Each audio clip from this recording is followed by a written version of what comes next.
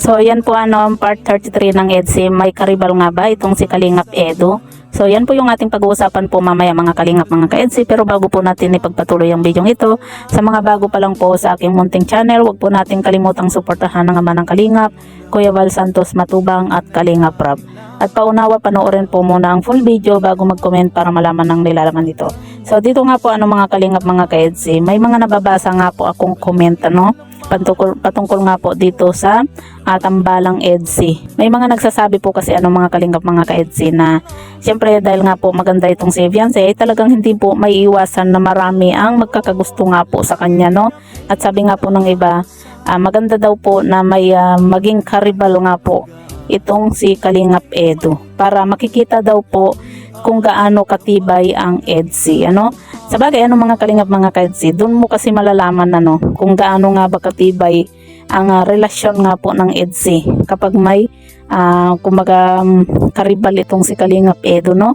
At saka sinasabi po ng iba nga po nga nagko-komenta ng mga Kalingap mga ka-EDSI na kumbaga para daw itong si Kalingap Edu, maganda daw po na may karibal nga po itong si Kalingap Edu para daw kumbaga talagang magseryoso na itong si Kalingap Edu sa panliligaw dito kay Viancy, para talagang kumbaga magkaroon si Kalingap Edu ng yun bang kaba, Pero syempre mga Kalingap mga ka-EDSI, po yung maisasuggest nyo dito sa video ito, kung saan kailangan ba ni Kalingap Edu na may karibal para malaman kung gaano katibay ang EDSI, or mas okay na wala ng karibal, Kasi mas marami naman po akong nababasa ng mga Kalingap mga ka-EDSI na talagang ayaw din po ng mga ibang viewers, Kumaga mas marami pa rin yung may ayaw na may karibal nga po itong si Kalingap Edu dahil nga po magugulo lang daw po ang EDSI. So depende po kasi naman yun mga Kalingap mga ka-EDSI,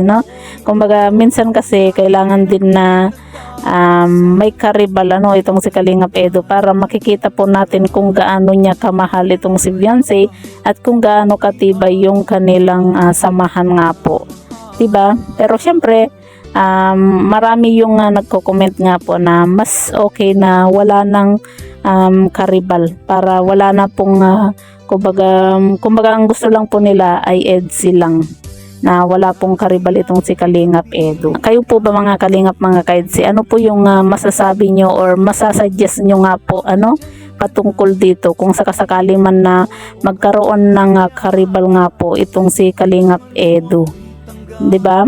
Hindi po natin yan na masasabi, dahil nga po alam naman po natin na bata pa itong si Viancy at napakagandang bata. Kumbaga syempre hindi maiiwasan na marami po ang magkakagusto po talaga sa kanya, diba? Kaya hindi po natin masasabi kung isang araw magkaroon ng karibal or may isang lalaki na magkakagusto dito kay Viancy. Katulad na lang po ni Dave Manalastas nga po na nalaman po natin na may crush nga daw po siya dito kay Viancy.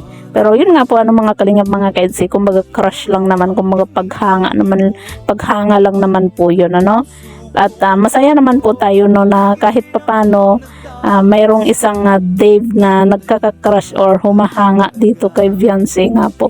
Kasi siguro nakikita po niya kung gaano kabait, kasi pagkaganda itong si Viancy, Lahat naman po tayo mga Kalingap mga ka-EDSI, meron po tayong hinahangaan na tao, diba? So yan po mga Kalingap mga ka-EDSI, ano po yung masasabi nyo sa bidyong ito?